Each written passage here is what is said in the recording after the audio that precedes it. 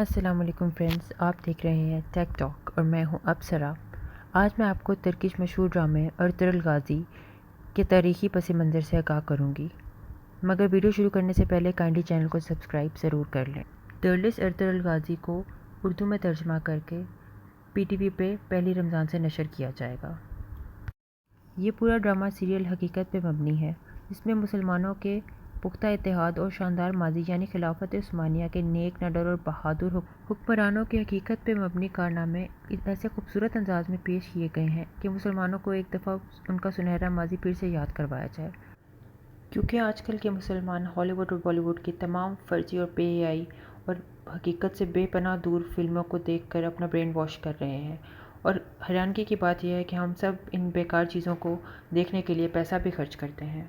ٹرلس Ertugrul پہلی دفعہ 10 دسمبر 2014 میں ترکی میں ریلیز ہوا اور دیکھتے ہی دیکھتے اس حد تک مقبول ہو گیا کہ آج دنیا میں 150 سے زیادہ ممالک میں اس کو ترجمے کے ساتھ شائع کیا جا چکا ہے، جس سے اہل مغرب اور یہودیوں کی اربوں ڈالر کی انویسٹمنٹ، جو کہ انہوں نے 5th جنریشن یعنی میڈیا کے ذریعے، جس کا بنیادی مقصد مسلمانوں کی ذہن سازی کرنا، انہیں اپنی سنہری تاریخ بھلا کر فحاشی اور عریانی اور ان کے فیملی سسٹم کو چکنا چور کرنا تھا، اس ڈرامے کے بعد ان کا یہ ناپاک مقصد تباہ و برباد ہوتا نظر آ رہا ہے، جس کا عملی ثبوت ہمیں نیو یارک ٹائمز میں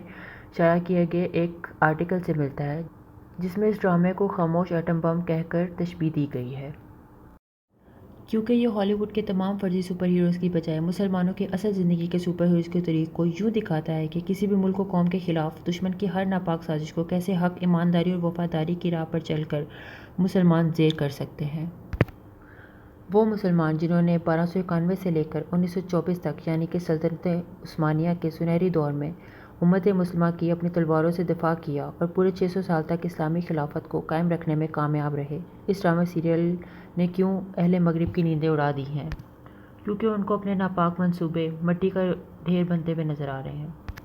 اس کو سمجھنے کے لیے آپ کو ارطغرل غازی، جو کہ خلافت عثمانیہ کی بنیاد رکھنے والے پہلے انسان تھے، ان کی تاریخ اور خلافت عثمانیہ کے عروج و زوال کو مکمل طریقے سے سمجھنا ہوگا۔ میں یہ کوشش کروں گی کہ یہ طویل ٹاپک میں آپ کو قدر مختصر طریقے سے بیان کر سکوں۔ سلطنت عثمانیہ، جو کہ دنیا کے 3 براعظموں تک پھیلی ہوئی تھی، دنیا کی سب سے مضبوط سلطنت تھی، جس کو ایک کے بعد ایک انتہائی قابل اور نیک حکمران ملے، جو اس کی بے پناہ شان و شوکت کو مزید بڑھاتے گئے، جس نے اس وقت کی سپر پاور یعنی منگولوں اور سلیبوں کی نیندیں حرام کر دی تھیں، اور انہیں اس بات کا سبق دیا کہ جنگیں صرف تلواروں سے نہیں بلکہ سوچ و تدبیروں سے بھی جیتی جا سکتی ہے، کیونکہ اس وقت منگولوں کے پاس انتہائی خونخوار فوج، تلواریں اور جنگی حکمت عملی تو موجود تھی، جس کے بدولت انہیں فتوحات پہ فتوحات ملتی گئیں۔ ملک کو فتح کرنے کے بعد اس ملک کو چلانے کے لیے کوئی صحیح نظام موجود نہیں تھا، جو کہ بعد میں مسلمانوں نے خلافت عثمانیہ میں اسلامی قوانین کو اپناتے ہوئے عموری دنیا کو دوبارہ سے یاد کروایا۔ اس سب کی شروعات ہوتی ہے چنگیز خان کے کردستان سے حملے کے بعد، جس کے بعد وہاں کے چرواہے نقل مکانی کر کر اپنے ایک سردار کی زیر نگرانی ترکی کے ایک علاقے اناطولیہ میں پہنچ گئے، اور اس سردار کا نام تھا ارطغرل غازی۔ جی ہاں، وہی ارطغرل غازی جن کے اوپر یہ پورا ڈرامہ سیریل موجود ہے۔ یہ 100 خاندان تھے اور 400 گھڑ سواروں کا بڑا لشکر تھا۔ اناطولیہ پر اس وقت سلجوقی حکومت قائم تھی، جو کہ اس وقت کی سپر پاور یعنی رومیوں اور تاتاریوں، جو کہ چنگیز خان کی آل اولاد میں تھے، ان کے بار بار حملوں کا شکار تھے۔ یہ حکومت اب بہت زیادہ کمزور ہو چکی تھی۔ سلطان عرب ارسلان کے عظیم حکمران نے اس سلطنت کی بنیاد رکھی تھی۔ جب ارطغرل یہاں پہنچے تو اس وقت سلجوقی اور رومیوں کی فوج میں آپس میں لڑائی جاری تھی۔ ارطغرل نے اس وقت کمزور اور حق کا ساتھ دینے کا فیصلہ کیا اور سلجوقی فوج کے حکمران علاء الدین کے ساتھ کندھے سے کندھا ملا کر اس بہادری سے لڑے کہ انہوں نے دشمنوں کو بھاگنے پر مجبور کر دیا، جس کے بعد خوش ہو کر سلطان علاء الدین نے اناطولیہ کی مغربی سرحدوں کے علاقے ارطغرل اور ان کے خاندان کو دینے کا فیصلہ کیا، جس کے بعد انہیں اپنے زیر اطاعت رہنے والا ایک اتحادی بھی مل گیا، اور ویسے بھی ارطغرل ایک انتہائی ذہین، سمجھدار اور وفادار انسان تھے۔ وہ ہمیشہ علاء الدین کے ساتھ ہر بغاوت کے وقت کندھے سے کندھا ملا کر لڑتے تھے، لیکن کبھی انہوں نے خود بغاوت نہیں کی، کیونکہ وفاداری ان کے خون میں شامل تھی، اور وہ ہر موقع میں علاء الدین کے ساتھ رہے۔ 1258 میں خلاقو خان کے بیٹے نے بغداد پر حملہ کر کر صحیح معنوں میں خون کی ندیاں بہا دیں۔ اس نے نوجوانوں کو قتل کر کے ان کی کھوپڑیوں کے مینار بنوائے، عورتوں اور بچوں کو قید کر دیا، علم و فنون کی تمام کتابوں کو آگ لگا کر ندی کے پانی میں بہا دیا گیا، جس کے بعد ایسا لگا کہ مسلمان کبھی بھی تاریخ میں اپنا کھویا ہوا مقام واپس حاصل نہیں کر پائیں گے۔ مگر پھر 1258 میں ارطغرل کے ہاں ایک لڑکے کی پیدائش ہوئی، جس کا نام عثمان رکھا گیا۔ یہ ذہانت، اخلاق اور وفاداری میں اپنے والد کے جیسے تھے، اور انہوں نے آگے جا کر خلافت عثمانیہ کو قائم کیا جس کی بنیاد سلطان ارطغرل پہلے ہی رکھ چکے تھے۔ ایک ایسی مضبوط سلطنت جس کی طاقت کا مقابلہ کرنے کے لیے ایشیا یا یورپ کسی میں ہمت نہیں تھی۔ سن 1300 میں تاتاریوں نے سلجوقی حکومت پر حملہ کر دیا جس میں سلطان علاء الدین شہید ہو گئے، اور اس طرح عثمان سلجوقی سلطنت کو چلانے کے لیے خود مختار ہو گئے۔ اور اسی موقع کا فائدہ اٹھاتے ہوئے ترک سرداروں نے رومی سلطنت کے ساتھ مل کر سلجوقی سلطنت پر حملہ کرنے کا منصوبہ بنایا، جو کہ ان کی سب سے بڑی غلطی ثابت ہوا، کیونکہ اس کے بعد عثمان نے ایک کے بعد ایک علاقے فتح کرنا شروع کر دیے۔ رومیوں نے بدترین شکست کے بعد تاتاریوں کو حملہ کرنے کے لیے اکسایا، جس کے جواب میں عثمان نے اپنے بیٹے اوہان غازی کو فوج کی کمان دے کر بھیجا، جنہوں نے تاتاریوں کو ایسی عبرتناک شکست دی کہ دوبارہ تاتاریوں کی حملہ کرنے کی ہمت نہ ہوئی۔ سلطان عثمان کو ترکی کے شہر بروسا میں دفن کیا گیا، اور ان کے بیٹے اوہان غازی نے اس شہر کا محاصرہ کر کر اسے بھی فتح کر لیا، اور یہاں پہ اسلامی قوانین کا نفاذ کر دیا گیا، جس کے بعد فتوحات کا سلسلہ اس قدر بڑھ گیا کہ عثمانی سلطنت 3 براعظموں تک پھیل گئی، اور اس خلافت کا مرکز تھا ترکی۔ اس خلافت کے اندر موجودہ دور کے ایران، عراق، ارمینیا، اردن، شام، فلسطین، بلغاریہ، یونان، مکہ اور مصر جیسے علاقے شامل تھے، اور یہ خلافت 1924 تک قائم رہی۔ 1923 کی جنگ عظیم کے بعد اتحادی فوجیں، جس میں جرمنی، فرانس اور برطانیہ شامل تھے، تو انہوں نے ترکی کے سلطان کو گھیر کر زبردستی ایک معاہدہ کیا جس کے مطابق اگر وہ اپنی سلطنت کو حملے سے بچانا چاہتے ہیں تو امن کے لیے ان کی شرطیں ماننی ہوں گی، اور وہ ایک معاہدہ 100 سالہ معاہدہ تھا جس کو کہتے ہیں معاہدہ لوزان۔ معاہدے پر مصطفیٰ کمال اتا ترک نے دستخط کیے، اور یہ 100 سالہ معاہدہ ہو گیا۔ پہلی جنگ عظیم کے بعد برطانوی فوج نے اپنے ایک انتہائی شاطر اور چلاک جاسوس کو عرب کے لوگوں کے اندر خلافت عثمانیہ کے خلاف بغاوت کے لیے اس طرح داخل کیا کہ وہ تمام دینی علوم سے اور عرب کے رسم و رواج سے بھی واقف تھا۔ اس کا نام تھا لارنس آف عربیہ۔ اس نے عربیوں کا اعتماد حاصل کر لیا، اور وہ ان کا عالم اور مینٹور بن گیا، اور وہ عربوں سے کہنے لگا کہ کیا تم لوگوں میں غیرت نہیں ہے کہ تمہارے گھر کے اوپر غیر عرب لوگ حکومت کرتے ہیں؟ تم لوگ ان سے اپنا گھر واپس کیوں نہیں چھین لیتے؟ ویسے بھی جنگ کے دنوں میں خلافت عثمانیہ بہت زیادہ کمزور ہوئی ہے، اور اس سے بہترین وقت کوئی نہیں ہے کہ تم ان کی حکومت پر حملہ کرو۔ عربی لارنس آف عربیہ کی باتوں میں آ گئے، اور آل سعود نے خلافت عثمانیہ کے خلاف بغاوت شروع کر دی،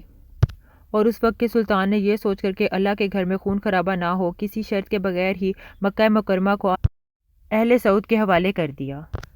جس کے بعد حجاز مقدس سے اس کا نام بدل کر اہل سعود کے نام پر سعودیہ عرب رکھ دیا گیا۔ اس وجہ سے سعودیہ کے موجودہ شہزادے محمد بن زائد نے $40 ملین لگا کر ارطغرل غازی کے مقابلے میں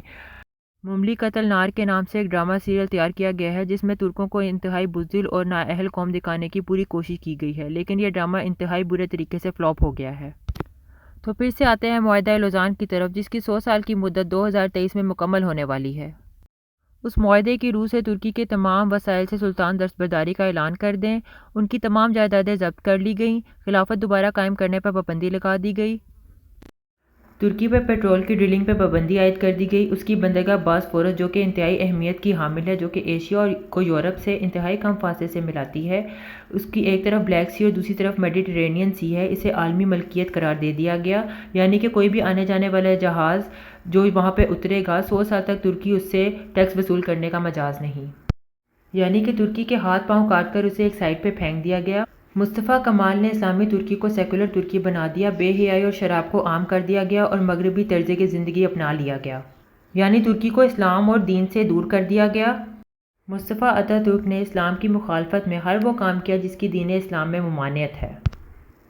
جس کے بعد اللہ نے ترکی کو طیب رجب اردگان جیسا امت مسلمہ کا درد رکھنے والا لیڈر عطا کیا، جس نے اپنی کمال سمجھداری اور بغیر فوج، عدلیہ اور اپوزیشن کے ایک سیکولر ترکی کو پھر سے اسلام کی راہ پر گامزن کر دیا ہے۔